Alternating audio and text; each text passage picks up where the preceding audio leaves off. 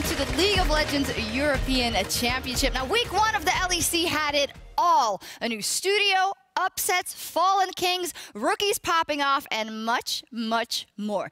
Now first, as to who was the winner of the first weekend, there's no doubt that G2 Esports and Misfits started out with a bang. So much so that they are being dubbed title contenders after only 2 games. G2's caps and perks were a terrifying double threat, crushing the composition in week one, alleviating any doubts we may have had about the roster. And that revamped Misfits roster, well, they dominated SK and Rogue on the back of an exceptional LEC debut for Gorilla. Now, secondly, out with the old and in with the new, SK and Origin. Although I guess technically it's back in with the old again. No matter what, these legacy EU organizations each took down reigning champions Fnatic, one of them even twice. SK and Selfmade showed that there's even more talent to be found in the LVP, and the rookies showed up big time. And as if that wasn't enough, Origin is back, baby, and so is OG Mithy, beating Fnatic and going 1-1 in their opening week. Now, you already guessed it, Fnatic's 2019 season didn't start off as strong. In fact, for me, they were the most disappointing team in week one, going 0-2. And that is a shocker, if you consider where they were just 3 months ago. Now, although Fnatic fans may despair, it is only 2 games, and if there's one thing we know about Reckless and crew, it is that they can come back with a vengeance. TLDR, week one gave us Fallen Kings, the rebirth of SK and Origin, rookies popping off, underdogs, upset, and possibly 2 super teams in 1 league. Now, I think we are in for one hell of a ride this split. Hell yes, we are, Sharks. Hello, everybody, and welcome. I'm Trevor Quickshot Henry, joined by Indiana Frosker and Black. 2 super teams. Is there 2 or is there 1, Frosk? That's the question I'm going to pose to you. And I'm going to be asking fans at home, as you just heard, 2 super teams, G2 or Misfits, both destroyed their opponents in week 1. We are going to discuss which one can claim that title, and you guys at home, I want you to jump in. Go onto chat right now and start spamming. Who do you believe is the European super team? Use G2 or MSF? Spam that in chat right now. Frosk, I'm going to turn to you and say, set me up. Talk me through why you think G2 could be that super team. I feel like you just gave me the softball. This is the easiest one, and it has to start in that mid laner with Caps. This guy is MVP of Summer. He moved from Fnatic. He's now on G2. And not only did you take the MVP, but you took one of the other best mid laners of Europe in Perks and smashed him down into that bot lane. You will never find more star-studded talent across the roster than G2 Esports. And you can see that in their damage done. Across the board, they were maxing out records doing damage. So it wasn't just about the hard carry of Caps, it was the hard carry of everyone. And that's before we even try to beat them in the draft, Trevor. We all saw the Seek and Destroy Karthus composition, where all Jankos had to do was press R to win, and no one seems to know how to deal with this. Well, I know how you deal with the pick and ban phase, but when you see if anyone can actually challenge them on the Rift, I mean, I think you're 100% right. Picking up Caps and perks is a terrifying, synergy and duo for G2 Esports, and maybe this is how it gets them back to the top of the title. They picked up those wins last week, but I have to turn to the other potential super team in Misfits Gaming. They came into the year with a star-studded lineup both on the Rift, but crucially, what they have over G2 Esports is they upgraded their support staff off the Rift. Yes. Adding the likes of Pumandu, the organization also got an injection of the superpower that we've talked about. Last week, we saw Hunt Summer and Gorilla. Should we call them Gohan, maybe? The bot lane carry duo stepped up. The Draven on day 1, Lucian on day 2. They obliterated everybody in their wake, Frosk, and I can't wait to see what else they do. They went absolutely Super Saiyan. And correct me if I'm wrong, Trevor, not only did they just smash everyone, but they did so in pre-15 minutes in style. They absolutely did. I'm going to put a number to it, because you're new here, right? The impressiveness of the stat. In the entire time that the European League of Legends has been competing at this level, no team has been able to make a larger gold lead at 15 minutes than what Misfits did last week against SK. They broke their previous record from the summer split of 2018 to hold the largest gold lead in the early game in the history of Europe. Those are the 2 super teams. Fans at home are currently voting for G2 with 58% of the vote. You have a little bit more time to lock it in. I vote for Misfits. I think the organizational support and upgrade it, makes them a slightly more potential title holder. Long term. Frosk, where do you sit and why? I mean, frankly, you look at this, it seems like the fans are going for G2. I say it doesn't even matter. And that sounds like a cop-out, but the reality is that the LEC is actually sitting where in debate you have 2 super teams, and that's before you even include Fnatic. I know that they had a rough fall start, but let's say Fnatic turns to form, suddenly you've got a world championship team as well as 2 super teams. The LEC is looking great. It absolutely is. I can't wait to see these 2 teams continuing to compete, but that's not all you guys are going to see outside of the super teams, because there's also a whole bunch of unique picks that we've been seeing from the current meta. Frostgurren, walk us through some of the champions that really ruled the Rift during week 1 on the Spring Split. Okay, thanks, Trevor. Now, let's take a look at some of the standout champions of the new LEC season. I'm going to start with Vayne. Now, Vayne has been played in 2 different positions in the LEC, mid by Nukeduck and bot by Attila, utilizing both the Kleptomancy and Hail of Blade keystones. Now, this versatility in her keystones, her strong 1v1 dueling presence, and the flexibility in draft make Vayne a powerful counterpick that's sure to see more action across the globe. Now, next up is Cassiopeia, snaking through the ban phase only once in the LEC so far. Now, while she was played in mid by Nukeduck, Cassio has made her real preseason breakout in the bot lane position. Now, how it works is she maxes her Q poison for easy wave push while maintaining a damage threat because Twin Fangs can constantly proc that Comet Keystone. With a dominant lane phase, hyper-scaling damage, and excellent monster burn, Cassio is sure to stay high priority and on the ban bench. And finally, it's the G2 special with Karsus Jungle. Guys, all it says in the prompter is press R. Can we scroll? No, okay, and press Q. Scroll. Oh, okay, hold on, Mark. Perfect. Here we go. Karthus Jungle puts a timer on the game as his Requiem ultimate will end team fights before they begin. Now, he is fragile in the early jungle, and he doesn't see many gank windows open until level 4 when he has that Wall of Pain. So be sure to watch how he's paired with strong laners to keep him safe until he can take over games. And for more on Flex Picks, we're actually going to send it to a very special guest. Thank you, Froska. Welcome, my dudes. Hello, Berlin. How is it going? I'll take it from here. Now, have you ever been walking down the street, you know, minding your own business, then bam, you just got flexed on.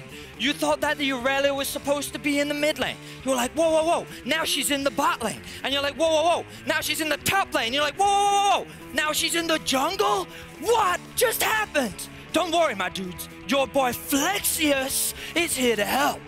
Now, the current meta revolves all around flexing. Why? Well, I'm very glad that you asked. While there is no greater feeling than flexing on some noobs, it is also about getting your dudes the strongest and best matchups possible. Think about it. If you have strong winning lanes, that means your jungler gets to flex on whatever he wants. Vision, Dragon, Roman, it's done. It's done, and it is done. All you need is pressure. Ooh, now, how do you guarantee that pressure? Well, that is an excellent question, Flexius. All you need are flex picks. Now, you need champions that can move around in the draft. So remember, strong lanes is what you need. So to guarantee those strong lanes, you gotta flex. Now, let's take a look at some flex picks. Bad flex picks? Skarner. Skarner, he can't go mid. He can't go bot. He can only go in the jungle. Skarner, he's a bad flex pick. He can't flex on anyone. Now, you wanna know a good flex pick? It's Nocturne. Nocturne, he can go in the mid lane. He can go in the jungle. He can also go up top. He can flex over anyone. Now that you have been flexucated, it's time to toss back the Shocks and the gang. But don't worry, your boy Flexius, he'll be back. Woo! Let's go! Woo! Oh, thank you, Flexius. Okay, I just gotta say it. This is why you invited me to you for this. I think I have a crush, guys. This is wonderful. I learned something. I got to look at his bot. It was great. Wow. I'm actually crying from laughter. So good. It was exceptional and it was educational. Yeah. One might say it was flexucational. Oh, yes. Alrighty. Well, the other regions already think we're crazy over here. So we thought, you know what, let's just go the extra mile. The meta in the LEC, honestly, is also going wild. But the same can be said for some other regions. And let's start with the LCK. And there, things are very interesting. New challengers are emerging to take on the old guard. It's almost like all the new teams that have showed up, Griffin, Sandbox, Damwon, they are looking insanely good straight off the gates in the LCK. Yeah, it's the rise of the new blood and the rise of the rookies. It's just like you said, until Damwon actually lost to Griffin, the 3 new promoted teams were undefeated in the LCK. And it's basically just kind of that last remaining old guard of the super team and SKT left. Otherwise, it's the bold, aggressive, new wave, next generation of LCK that is smashing that region. It makes me really excited because last year the LCK had its worst performance as a region in the history of our game. The slow inability to adapt to the meta that the world was playing. And now these new youthful teams, these new challengers are rising up. And watching Sandbox take down SKT earlier in the week, it got me very excited, not only for the rookie class of LCK, but also how will Faker and SKT bounce back? How will these legacy organizations like KT Rolster as well step up to challenge these new young guns? Let's take it slow on KT Rolster right now. I'm trying to be hopeful. It does make this week very important, though, because SKT will face both Griffin as well as Damwon, so they have kind of that last gauntlet if they want to go through the Elite Four. Yeah, definitely. So very interesting matches to look forward to. Same can be said for the LPL. Now, this is, of course, the region that had huge success internationally, and they're aiming even higher this year. Aiming higher, what does that mean? I guess it means that there's 2 teams playing against each other from the LPL I mean, in the World Finals. While you were right, I mean, Europe will be next to them, right? Okay, or maybe there'll be 2 European teams, but that's what they're going to try to do anyway. But how do they go higher after this, after such a good year for the LPL? It continues to expand. So the LPL has 6 different arenas. It has a home and away system right now. 16 teams now stacked into the region, but I want to focus fire a little bit and just focus on 3. It starts with Invictus Gaming. Guess what? Surprise, the world champions are still doing world championship stuff, and they're smashing everyone in their path. But it's not the same that can be said for RNG. No, it's not, and that's because Uzi's not with them, all right? Uzi will be rejoining the team after the Chinese New Year, currently just off the roster. I'm excited to see what he will bring back to this team. Feed the puppy, as it were. It can definitely be a way for RNG to get back on top, but it's just very exciting to see IG continue to do well when you look at the likes of Fnatic, who've been struggling locally. And also, it was the most successful year that the LPL and China have had, internationally speaking, with MSI and the World Championship victory. So I want to see if they can maintain the lead. I'm hoping that it's not replacing a Korean dynasty with the Chinese dynasty. I want competition. I want teams trading from another, but it's an interesting start to 2019. Exactly, and the final team that you need to focus on is Suning Gaming. Now, everyone should know the LMS superstars in Maple and Sword Art. Guess what? They're now over in the LPL, and they're joined by SMLZ and Xiaowel. So the LPL is now making another super team, a 3rd one, if you will, if you count RNG and Invictus Gaming. And they're right now my hopefuls that everyone should pay attention to when we roll down to MSI. Yeah, that is definitely scary, but if we played the World Championship right now and it was Europe, LPL, what would you pick? I would actually say G2.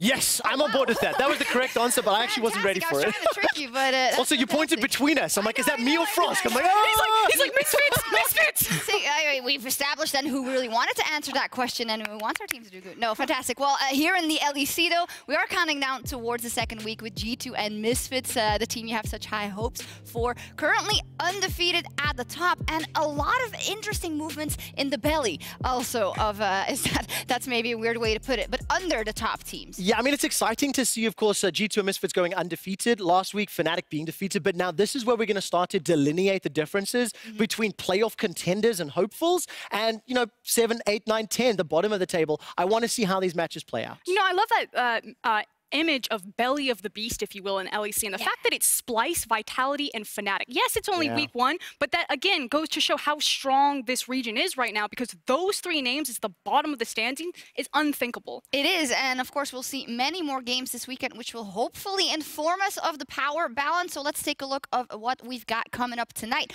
OG versus Misfits is, of course, one of the games we've got our eyes on at the end of the day. One of the super team contenders, and also how good are Origin, right? Really? Last week, Misfits, I think, had 2 victories against teams that are expected to be lower down the table. So now they get to come up against a stronger organization, stronger individual players, and we can see whether or not that gold lead at 15 minutes can be broken against OG. I've got an emotional investment in this matchup as well, and I want to see exactly who's going to come out on top. Yeah, SK versus Schalke, I've also got my eye on that one, because that is one that is going to tell me a lot more about the possibility of playoff contention or top 3 contention of these 2 teams. Yeah, for me, I love the vision. We'll get to talk about it a little bit later in the day, but I'm a huge fan behind SK and Schalke. I think they're both very intelligent teams, and normally you don't see that type of advanced macro or vision play from brand new rosters and brand new players. Still not easy to predict what is going to happen, but we did have to because we were in this prediction game. And also going into the split, we had a new challenger approaching. His name is Statsbot.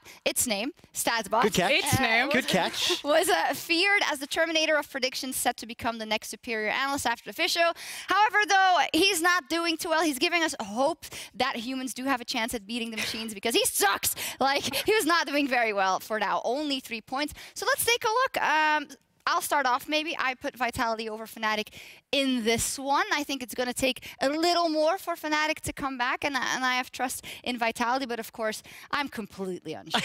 I think it's really easy for fans to look at the 0-2 start from Fnatic, and it was very disappointing compared to their expectations. But if you look back at those games and really deep dive on the VODs, Fnatic weren't behind for a majority of the series. You're telling I'm full of...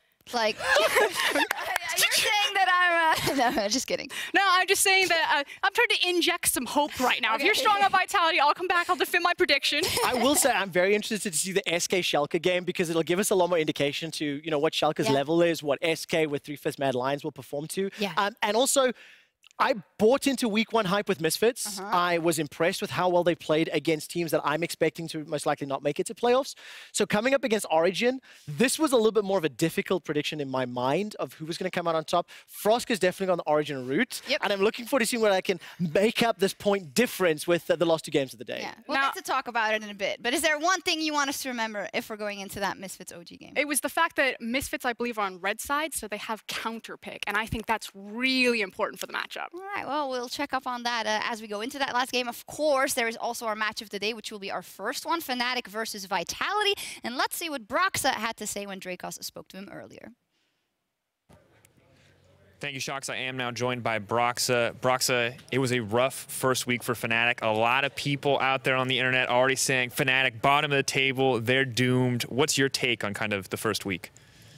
I feel like I've been in this position so many times before. I think ever since I joined Fnatic, both my first summer split, last year, both spring and summer, we always started pretty poorly. Like, that's the reality. For some reason, Fnatic always does poorly. Throughout the middle of the split, we're getting a little better, and then at the end, we usually become one of the strongest teams. And I'm confident that it's going to be the same case now. Why exactly it's always this way, I'm not sure. But yeah, we definitely didn't have a great showing last week, and we're all here now ready to prove that we don't belong in the bottom. Absolutely. When can Fnatic fans kind of expect Fnatic back to be at that full strength level? I feel like that's pretty hard to say. As I already mentioned, we generally need a bunch of weeks or maybe even a month to play at a high level for whatever reason. I'm not even sure why. And yeah, like I just feel like we just need to get back on track together. We need to get used to playing with each other, get back into all our old habits and routines, the ones we used at Worlds that took us so far. And once we have everything set in stone again, then I feel like we're going to be back at the top. Now with your new player Nemesis on the lineup, this is a guy that I know you personally vouched for and believed in. Do you feel like that puts more pressure on you every time you set foot on stage with this guy to kind of make sure that he's shining and doing his best? I don't really think so. Obviously, I am a decent part of why Nemesis ended up joining our team, but at the same time, this guy seemingly was the best rookie out there. He has been doing a really, really good job in Spain on Mad Lions, and he just, you know, he's a really good player, and I'm sure that he's gonna step up and show the world that I was right and that Fnatic was right about him being the new superstar. All right, well, I'm excited to see what he can do up against Vitality today. Are you feeling confident in your first matchup this week? I'm pretty confident. Vitality is always a pretty interesting team to go up against due to their really explosive playstyle. So I'm sure it's going to be a fun match, and yeah, we'll see what happens. But I'm confident that even though it's going to be explosive, I'm sure we're going to take the win in the end. All right, well, thank you, Broxton. Good luck in your match today. Back to you guys at the analyst desk. Wow, thank you very much, guys. Broxa there, for me, really stepping up since Worlds and maybe even before. It's like the captain and the guy you can speak to when it's not going too well for that team. And he said, It's going to be fine, Yes. but it may take a while. What I'm a real big fan of is Broxah has also completely learned to control the camera, the microphone, his own opinions. You compare this guy, his growth both on the Rift, off the Rift, on camera, off camera, it is amazing. I still think he was the most impressive and my favorite jungler from Worlds last year. I want that guy back on our stage. Yeah, I want him to show up. Of course, Vedius, you joined us because Froskern has gone over to the caster desk. I have to say, Vedius, I'm still super, super impressed by, you know, your gym routine and how everything is going. My gym routine? Yeah, but we saw someone before, Flexius. Oh, I mean, I fell in love. Like, I actually fell in love with Flexius. that guy Oh is my like, that's my gosh. ultimate body image. I Flexius, feel if you are watching, call me. No, To call fish me, us out call the me, sea. call me. Yeah.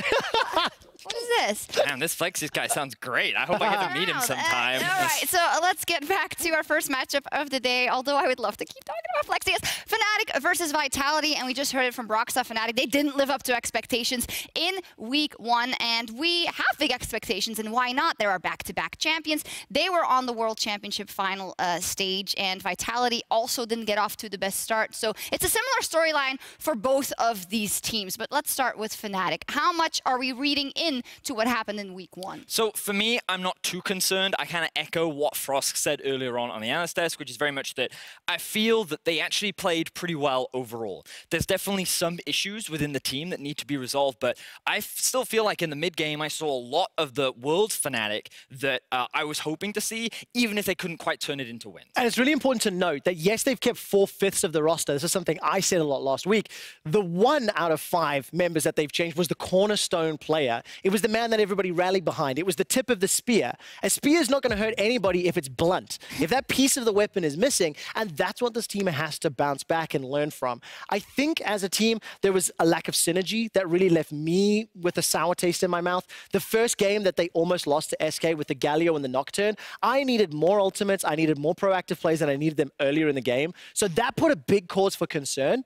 But they did quell some of those fears in the remake. And that's why my eyes turned towards Nemesis, because he was the piece that was changed in this puzzle, and I feel like that synergy is just something that will take time for him to fit in. He had the kind of debut that was the opposite of what we saw from Caps, who was looking for solo kills left, right. He was over-aggressive. To me, it felt like Nemesis just took a step back. He wanted to make sure that he was solid, he was consistent, and unfortunately, for this kind of Fnatic where they're all about aggression, from Summer when they were like dominating in the early games, snowballing games, I just think it's going to take them a little bit of time for him to fit into that playstyle. Let me ask you this. If we all agree that Nemesis is a different player, and you can still be very good and not be an as aggressive player, and he is not changing, but the synergy gets to a very high level, but they now have to play in a system where, albeit very synergized, they are just going to have a passive mid laner. Do you think they can reach the same heights as last year? Oh, it's so early to ask that question. I'm sorry. Instinct right now is no. However, I don't think the gap is going to be gigantic right now. I need to see more from Nemesis. I need to see this team develop their synergy and work together. And look, if this team develops communication and an understanding of how to play the game, they could be better. But I just have so much love in what Caps could do and what value he could bring to the team that it's going to take a lot of teamwork to overcome the individual strength. Domestically, in regards to your question, I think they could achieve the top of Europe. Internationally, I think it will take longer for them to get to that point. But I still have all the faith that this team can kind of reach those same heights. I'm concerned about how they'll fit into the meta with so many more mages appearing in the bot side. Can Reckless adapt? Will Nemesis be able to find his place? I'm not entirely sure, but I'm still confident that with a bit more time, Nemesis will be fighting against the Nuke Ducks, the Jizukes, and the Capses that we have here in Europe. And also the pedigree that Fnatic as an organization have had throughout the years. We expect them to come back out on top, but will it be today? We don't know. They're up versus Vitality, and Vitality, they also really want to win because we came into the split thinking that these might be title contenders. They had a breakout year throughout all of 2018. They did fantastic at Worlds, and how do we put it? Week 1, it was neither here nor there, right? They were 1-1. They made some mistakes, but how are they going to live up to these high expectations that they now have going into 2019? Well, it starts by making less individual mistakes and just simply piloting your champions better. When I watched Vitality last week, I did not see the Jizuke that was the Italian stallion at Worlds. I did not see Attila really stepping up in lane on that Vayne game on day 2. So I want to see better individual plays from each individual team member. That in turn will help shore up some of the mistakes and the weaknesses I saw from last week.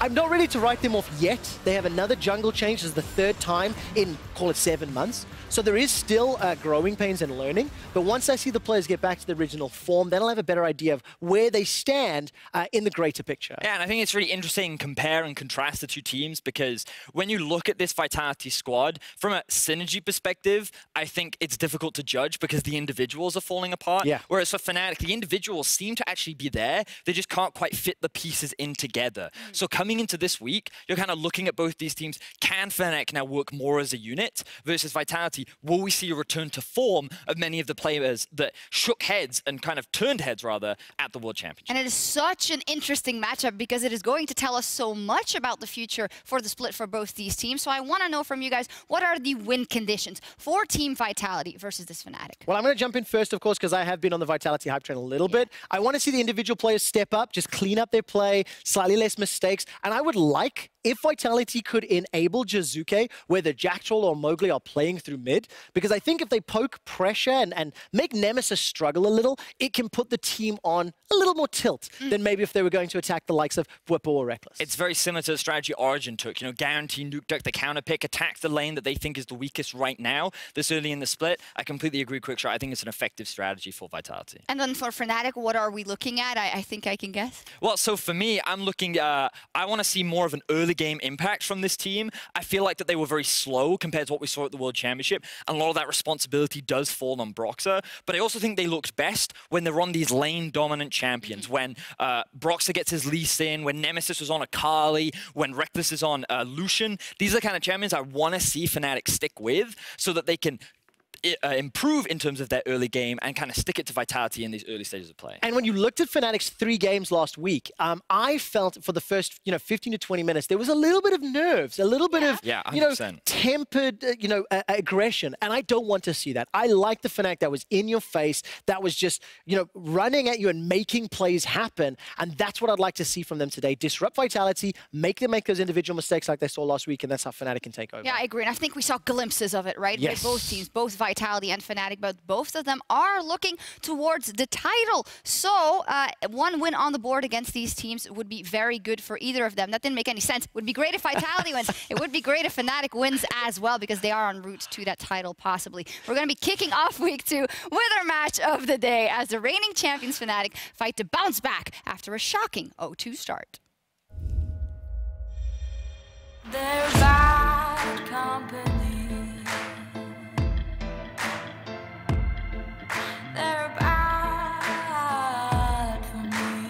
You don't really realize, what you have in the moment. You take everything for granted and you just kind of see yourself as a champion. But now that we are struggling here and it's hard to see yourself as a champion, it's nice to look back and appreciate what you had.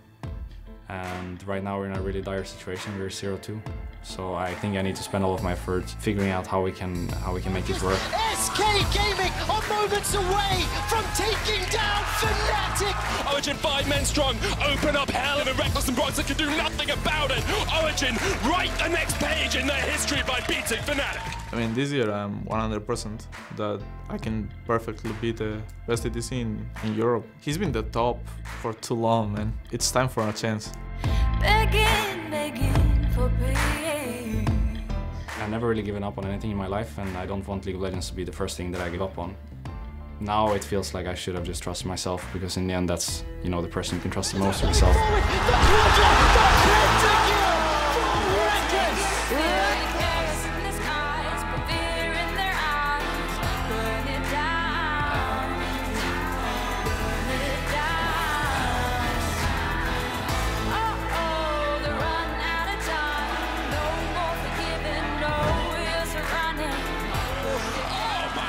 Just deliver it to him! I can tell you for sure that this year I need to step up, otherwise we're not going to win much. So it's probably about time I got back on the high horse and just played a couple of Tristana games. I think we're just gonna be the new kings, honestly. I think Vitality is just gonna take it all. Welcome to our match of the day and week 2 of the LEC Spring Split. I'm Aaron Medic Chamberlain, and joining me to make the medicine that will cure all of your ills, it's Indiana Foskett in black. I wrote that joke and I can't even keep a straight face.